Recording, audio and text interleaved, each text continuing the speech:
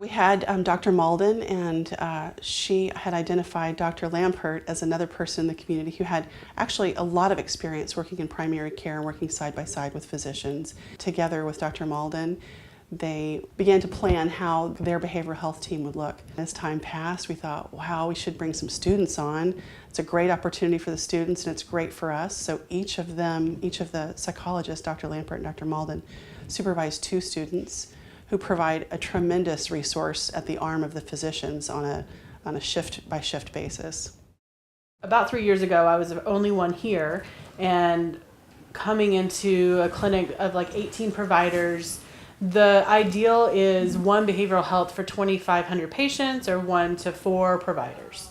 So 1 out of 18, I felt like I was definitely outnumbered. And I quickly realized I came from a great school, George Fox, and I wanted to build a training site. We put them on care teams, and then when Joel came on the next year, we brought in another university, Pacific University. So we have 2 Fox students and 2 Pacific University students. I was recommended to Chaos through our program director. This was a new site. No one had ever been here before, and she felt that I'd be a good fit here to kind of explore and experience and have a good time.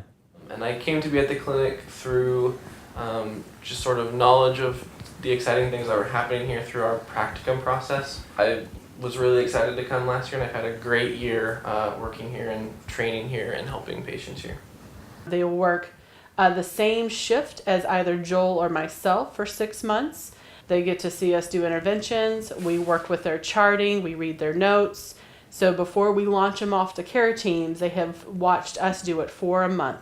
I wanted to give them training opportunity, teaching opportunity, supervision. We do group and individual. We now have done peer. If you are not prepared to be on your feet all the time, thinking quickly, it's going to be difficult.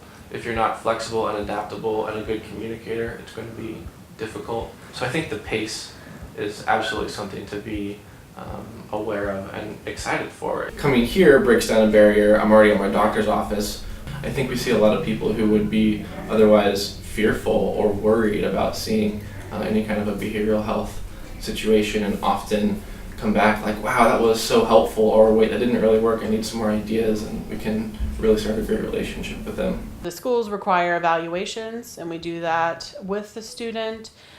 We get an hour of individual supervision a week, and an hour of group supervision a week, and then an hour of peer supervision a month. Joy and Joel have also modeled the type of work they want us to do. One, by doing that work, but also in their availability to us. Just like the providers could come get us at any time for help, we could come get the supervisors. It's wonderful when we have them working with us because they follow us around throughout the day, and so we can be doing a well child and someone has a question about temper tantrums or sibling rivalry or whatnot, and the student can just stay with the family after we finish our part of the visit and talk with them for another half hour or so about whatever issues really they have questions about.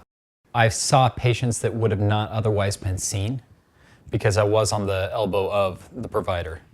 So I feel like I've built a capacity to understand behavioral health and the need for behavioral health, because even if the provider's primed, they still don't know how it's going to be for them in the moment.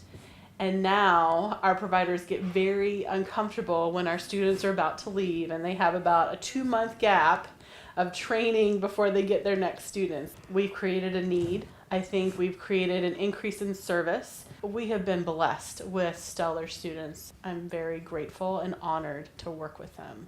When I looked at the numbers of how many patients I had seen, it's more patients than a lot of students see during their entire academic career. And it really inspired me to stay in this field and to stay in behavioral health. And it molded my academic experience that way. Like, that set my trajectory for what I want to do with the rest of my career.